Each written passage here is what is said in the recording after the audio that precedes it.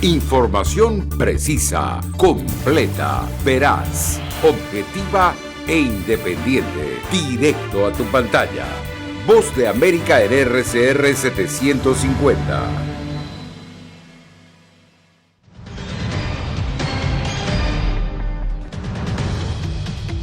Crece la amenaza terrorista alrededor de la mayor operación de evacuación humanitaria en la historia de Estados Unidos. Tribunal Supremo de Estados Unidos ordena que solicitantes de asilo deben esperar en México. Además, el origen del COVID-19 sigue siendo un misterio tras la investigación de inteligencia estadounidense. ¿Y cómo avanza el plan de vacunación del presidente de Ecuador tras su primer trimestre en el gobierno?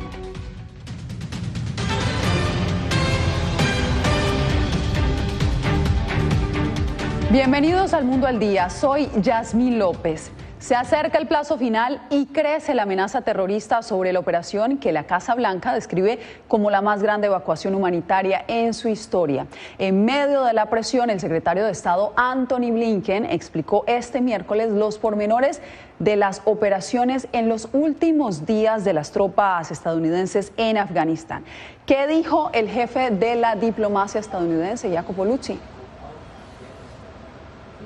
Yasmín, el secretario de Estado Antony Blinken aseguró que de 6.000 estadounidenses registrados en Afganistán, 4.500 ya fueron evacuados. Con 500 mantienen comunicación constante e instrucciones sobre cómo llegar al aeropuerto, y la administración sigue trabajando para establecer el paradero de los 1.000 restantes. El jefe de la diplomacia estadounidense responsabilizó también al Talibán por la seguridad de estas personas y aseguró que mantendrán los esfuerzos, incluso con los afganos aliados, para lograr que salgan, si es necesario, más allá del 31 de agosto.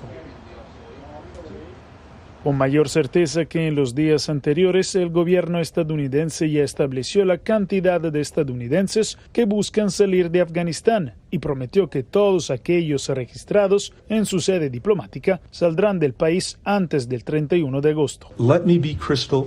Permítanme aclarar esto. No hay fecha límite en el trabajo para ayudar a los ciudadanos estadounidenses restantes que decidieron irse. Para hacerlo, junto con los muchos afganos que nos apoyaron durante tantos años y quieren irse y no han podido hacerlo. Ese esfuerzo continuará todos los días después del 31 de agosto. Hasta la fecha, Estados Unidos ha evacuado más de 82.000 personas desde el 14 de agosto, casi 20.000 de ellos en las últimas 24 horas. La Casa Blanca describe la operación como la mayor evacuación humanitaria en su historia y, no obstante las promesas, aún es incierto que todos los afganos que trabajaron bajo la tutela estadounidense en 20 años podrán salir antes de la fecha límite. Estados Unidos, nuestros aliados y más de la mitad de los países del mundo, 114 en total, emiten una declaración que deja en claro que los talibanes tienen la responsabilidad de mantener ese compromiso y proporcionar un pasaje seguro para cualquiera que desee salir del país. Según la Casa Blanca, la administración Biden ha sido clara con el Talibán sobre quiénes están autorizados para pasar sus puestos de control hacia el aeropuerto. Pero en medio de la caótica situación, los expertos y la diáspora temen que miles de afganos se conviertan en blanco del Talibán. Aunque Biden ha prometido ceñirse al plan de salida del 31 de agosto, como lo ha exigido el Talibán, también ha dado instrucciones al secretario de Estado Blinken y al secretario de Defensa Austin para que elaboren planes de contingencia en caso de no poder culminar la evacuación en la fecha límite establecida. Gracias, Jacopo, por la información. Y a propósito, la presidenta de la Cámara de Representantes de Estados Unidos, Nancy Pelosi, criticó el viaje de 2 congresistas que volaron a Kabul en medio de la difícil situación de seguridad que atraviesa Afganistán. La dirigente demócrata respaldó la decisión del presidente Joe Biden de conservar el 31 de agosto como plazo para que las tropas estadounidenses abandonen Afganistán y calificó como grave el riesgo que asumieron tanto el demócrata Seth Moulton y el republicano Peter Mayer. Entre tanto, continúa la masiva operación de evacuación también hacia los países europeos con los puentes aéreos que se han adaptado en Qatar y en Afganistán. Philip Crowder, de la agencia de prensa asociada, continúa en Islamabad. Philip, ¿cómo evoluciona el operativo el día de hoy? Pues es una operación masiva y como reporta el gobierno estadounidense ya han sido evacuados más de 82,000 personas desde que asumieron el control los talibanes. Pero la realidad sobre el terreno sigue siendo muy complicada. A pesar de la agilidad que ya ha logrado el operativo en los días recientes, sabemos que la situación está muy complicada porque quedan muchas personas por evacuar desde Kabul en estos momentos.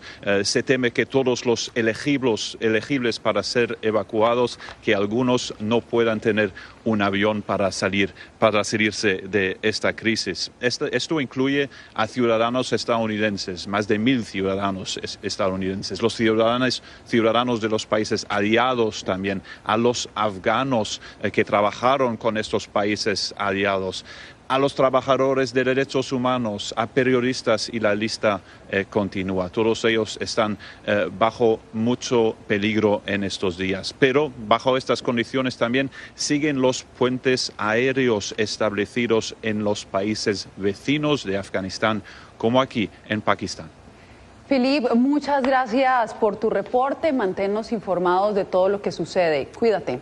Muchas gracias. La Corte Suprema de Estados Unidos negó la petición del gobierno del presidente Biden de poner fin al programa que obliga a los solicitantes de asilo a permanecer en México mientras tramitan una entrada legal al país. Arnaldo Rojas, ¿cómo reaccionó la administración Biden a este fallo? Yasmín, el Departamento de Seguridad Nacional ha dicho que discrepa de esta decisión, aunque eso han dicho también que intentarán actuar de buena fe en el intento de cumplir esta orden que los obliga a reactivar de manera inmediata esta vieja política de la era Trump. Aunque en desacuerdo con la decisión que cuenta con el respaldo del ala conservadora de la Corte Suprema, el gobierno del presidente Biden ya inició conversaciones con México para reactivar el llamado Protocolo de Protección al Migrante, o MPP por sus siglas en inglés, pero advirtió que continuará impugnando la orden original de un juez de Texas que obliga a retomar las expulsiones a México de quienes lleguen a suelo estadounidense pidiendo asilo. México tendría que rehusarse a ser parte de un programa que viola la ley internacional. Yo creo que tiene la capacidad, la soberanía de decirlo. Durante el gobierno Trump, México accedió a recibir a los migrantes en su territorio ante amenazas de la Casa Blanca de imponer altos aranceles a productos de exportación. Antes de revertir la cancelación del programa, al gobierno Biden le quedan varias opciones, explica esta abogada. Las tres cortes dicen que lo hizo en forma equivocada, en forma errada, que tenía que seguir ciertos protocolos, así es que podría la administración dar una nueva orden que llene los requisitos que piden las cortes. Los gobiernos de Texas y Missouri demandan la reactivación de la antigua política de la era Trump, argumentando que su cancelación fue arbitraria, caprichosa y que promovió un alza récord en inmigración irregular. Esto detiene el eludir las leyes de inmigración por parte de Biden y reducirá el número récord de migrantes que ingresan ilegalmente, expresó el gobernador de Texas al referirse al fallo judicial. Esto representa que continúan las violaciones a los derechos humanos. Esto significa que les estamos cerrando las puertas a un proceso rápido, limpio y eficaz. A pesar del revés judicial, el gobierno ha dicho que cuentan con la autoridad para determinar qué política de inmigración van a activar en los Estados Unidos y que el Departamento de Seguridad Nacional tiene la discreción para determinar, a fin de cuentas, si devuelve a México o no a estos solicitantes de asilo. Yasmín. Muchas gracias, Arnaldo, por el reporte. Y este miércoles, el gobierno de Estados Unidos determinó que los inmigrantes interesados en obtener la residencia permanente necesitarán vacunarse contra el coronavirus. Los Centros para el Control y Prevención de Enfermedades señalaron que ya no basta con contar con una prueba negativa y que empezarán a requerir la inmunización completa contra el COVID-19. Entre tanto, en Honduras, defensores de migrantes denuncian que niños y jóvenes son utilizados como salvoconducto para migrar a Estados Unidos de forma irregular. Óscar Ortiz nos trae los detalles. Las autoridades y organizaciones no gubernamentales en Honduras coinciden en que miles de menores de edad son usados como escudo para intentar ingresar ilegalmente a Estados Unidos. La Fuerza de Tarea del Migrante adscrita al gobierno de Honduras contabiliza en 35.000 los hondureños retornados en lo que va del año, 5.000 de los cuales son menores de 18 años. Les mencionan a ellos que la forma más sencilla de poderlo hacer es llevando un menor. Nuestros menores están siendo utilizados por el crimen organizado como pasaporte de ingreso hacia Estados Unidos. Varias organizaciones proinmigrantes agrupadas en la Fundación Panamericana para el Desarrollo explican que debido a la inequidad y el mal manejo de fondos estatales y la falta de generación de oportunidades, las familias hondureñas abandonan su país y utilizan a los niños y jóvenes como escudo para tratar de llegar de manera irregular a Estados Unidos. Menos 4.660 niñas y niños menores de 18 años de edad han retornado al país, devueltos de la frontera entre México y Estados Unidos. Según defensores de derechos humanos en Honduras, el país se estaría convirtiendo en el epicentro de la migración irregular en Centroamérica. Entonces, Honduras ahorita está en el centro, es el epicentro de la situación migratoria tan compleja. Hoy el llamado a conformar las caravanas de migrantes se mantiene por medio de las redes sociales y en las últimas semanas grupos reducidos de personas partieron buscando el mal llamado sueño americano. Óscar Ortiz, Voz de América, Honduras.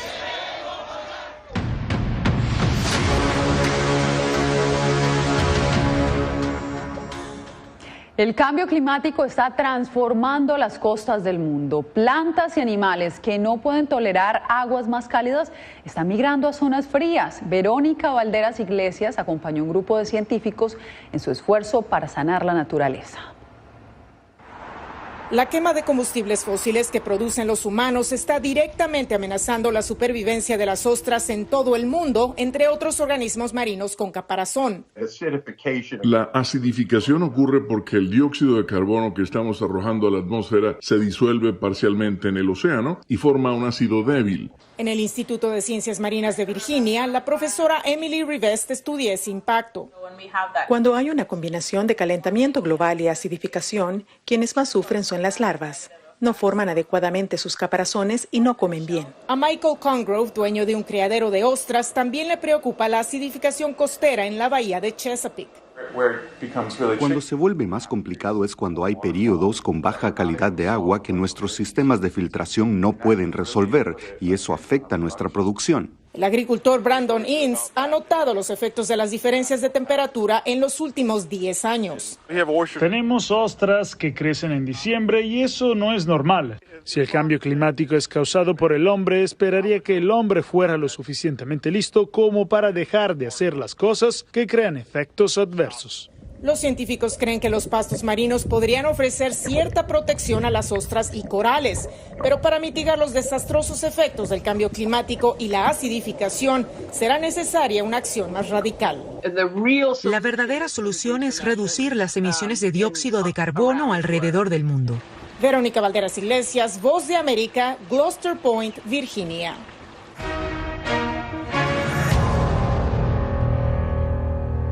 El informe reciente de la inteligencia estadounidense sobre la procedencia del coronavirus aún no arroja resultados concluyentes, pero sí creó nuevas tensiones entre Estados Unidos y China. Laura Sepúlveda, ¿hasta dónde pudo Estados Unidos llegar a estas investigaciones? Ella nos preparó el siguiente informe. Tras el cumplimiento del plazo de 90 días, el director de inteligencia habría entregado un reporte al presidente Biden sobre la procedencia del COVID-19. Según el New York Times, el documento afirma que aún se desconoce si el virus fue resultado de una transmisión de animales a humanos o de la filtración accidental de un laboratorio. China no tardó en reaccionar, diciendo que el reporte no busca contar la verdad. Simplemente tiene como objetivo trasladar la responsabilidad de Estados Unidos por su fracaso en la lucha contra la epidemia y echarle la culpa a China. Un informe político de este tipo que intenta culpar a China ciertamente no puede llegar a ninguna conclusión científica sobre el origen del virus y solo interferirá y socavará los esfuerzos internacionales de rastreo del virus y la cooperación global en la lucha contra el virus. Estados Unidos no ha reaccionado y aunque las investigaciones siguen en curso, expertos de esta administración y de la anterior han dicho que para obtener resultados fidedignos quizás sea mejor que científicos y no personal de inteligencia se dediquen al proyecto. Por lo pronto, Johnson & Johnson ha mostrado que hasta 8 meses después de la aplicación de su vacuna de única dosis, permanecen los anticuerpos. Pero también dijo que un refuerzo ha mostrado resultados positivos de ensayos clínicos. Los nuevos datos provisionales de estos estudios demuestran que una dosis de refuerzo de la vacuna COVID-19 Johnson & Johnson generó un aumento rápido y robusto de anticuerpos con proteína pico 9 veces más alto que 28 días después de la vacunación primaria de dosis única. El presidente de Ecuador cumplió su primer trimestre de gobierno y en pocos días prevé alcanzar la meta de vacunar plenamente al menos al 40% de su población contra el COVID-19. Néstor Aguilera nos cuenta cómo avanza su plan. Hoy mismo entra en vigor el plan que tendrá como objetivo la vacunación de 9 millones de ecuatorianos. Así anunciaba el presidente del Ecuador el pasado 24 de mayo durante su toma de posesión el inicio de un ambicioso plan de vacunación. En vísperas de que se cumpla el plazo autoimpuesto por Guillermo Lasso, el proceso avanza a paso rápido. Según cifras del Ministerio de Salud, hasta este lunes estaban plenamente vacunadas casi 7.100.000 personas. La idea es seguir o continuar vacunando para poder alcanzar un 85% de ecuatorianos vacunados. Andrea Gómez, doctora en salud pública y epidemióloga, destacó algunos factores para el éxito del plan. Una planificación eficiente que desde su punto de vista no existió en el anterior gobierno. La llegada de vacunas en los tiempos previstos y la participación del sector privado. Ojalá ya pasemos a indicadores epidemiológicos y ahí sí hablaríamos de ojalá llegar a un 80-85% de personas vacunadas. En buena parte de los centros de vacunación ya no existen las largas filas de meses atrás. Así lo evidenció Julia Sánchez, una venezolana residente en el Ecuador desde hace 3 años, a la que se le colocó su segunda dosis. Cónchale, como por lo menos esto es algo prioritario y las gestiones que ha hecho, por lo menos este gobierno que está ahorita ha sido muy eficiente. El Banco Mundial publicó recientemente en su blog que Ecuador comienza a pasar páginas sobre la pandemia, en un esfuerzo que merece ser replicado en otras partes de la región. Ningún sector de la oposición ha criticado hasta el momento el plan de vacunación. Néstor Aguilera, Voz de América, Quito.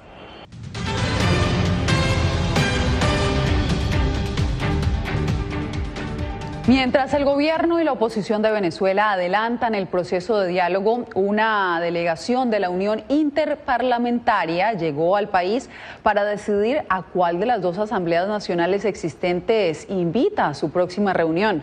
Álvaro Algarra nos trae el reporte.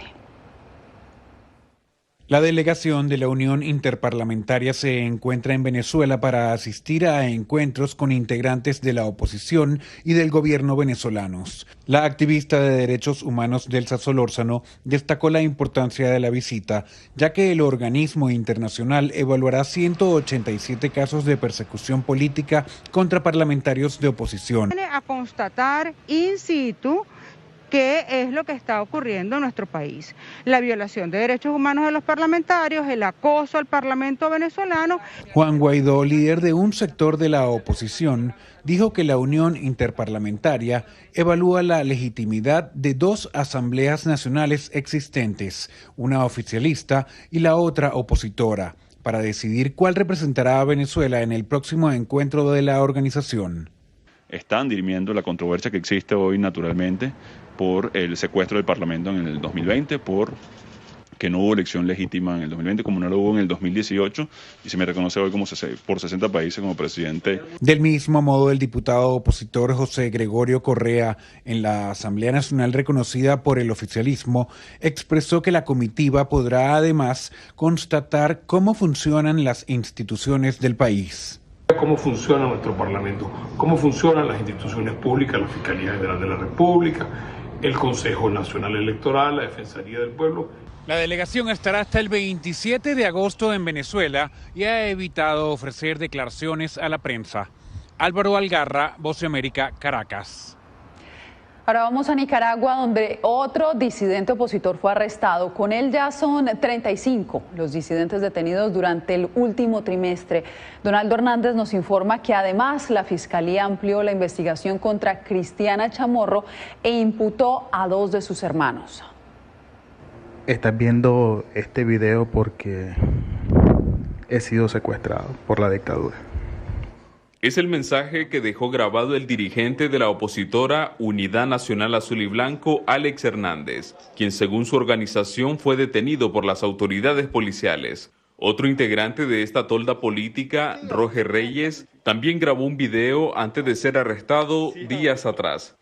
Quiero hacerte un llamado a una reflexión, y es de que Nicaragua está necesitando de todo. Nicaragua está necesitando de una verdadera unidad.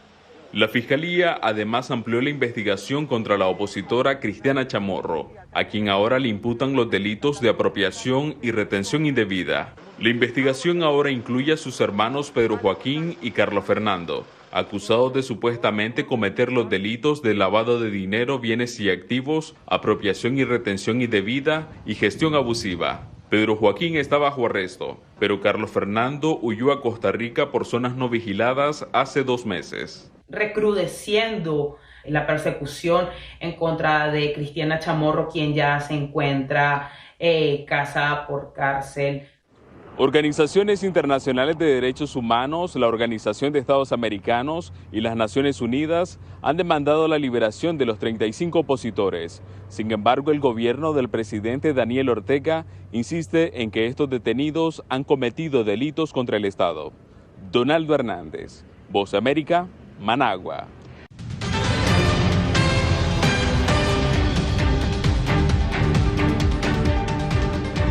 Año tras año, unos 1.500 niños minusválidos en México y Centroamérica reciben sillas de ruedas a las que no pueden acceder en sus países gracias a la generosidad de miles de personas en Estados Unidos. Este año, Diva Lizette Cash acompañó a la organización Johnny and Friends mientras preparaban una donación que les dará una mejor calidad de vida a los pequeños. De Guatemala, El Salvador o México será el próximo propietario de alguna de estas sillas de ruedas donadas a la organización Johnny and Friends para cumplir con el regalo especial de la movilidad. Comencé hace unos 15 años, así que he estado recolectando sillas y fue lento al principio porque trabajaba a tiempo completo. No podía recoger, pero han sido probablemente 5,000 sillas a lo largo de los años. 190,000 sillas entregadas a nivel mundial y tal vez gracias a los rezos de su madre, una de ellas fue para Emanuel, un niño de 8 años de edad que recién nacido sufrió 2 ataques al corazón que lo dejaron postrado de por vida. Siempre le habíamos pedido a Dios que nos permitiera, pues, porque él sabía que a nuestro alcance no estaba, pues, comprarle una silla de rueda. Allí él puede estar bien seguro, estar más tranquilo. A Helen en El Salvador también le sonrió la suerte. Ha recibido 2 sillas de ruedas pediátricas adaptadas a su crecimiento, cada una valorada en $4,000, por lo que puede ser un poco más independiente. Le ha permitido estudiar, porque como trae su mesita, le ha ayudado a trabajar mucho en su cuaderno. La donación incluye un proceso de adaptación al nuevo propietario. Porque vienen mecánicos y terapistas, entonces ese proceso puede durar de 6 a 8 horas hasta que la silla le quede perfecta. 19 locaciones en Estados Unidos reciben donaciones de sillas que son pulidas y renovadas en varias cárceles del país como parte de un proyecto de resocialización antes de convertirse en un regalo de movilidad para cualquier discapacitado en el mundo. Diva Lizette Cash, Voz de América, Maryland. Fiesta en la piscina y un gran banquete se dio un hipopótamo llamado Uma en el zoológico de San Antonio, Texas. Y no era para menos, el mamífero cumplió 47 años y lo celebró nada menos que con su nieto de 6 años llamado Timothy. Uma y Timothy se la pasaron aplastando sandías, melones y manzanas bajo el agua. Se parece que la pasaron muy bien. Con esto nos despedimos. Nos vemos mañana con más información. Les informó Yasmín López.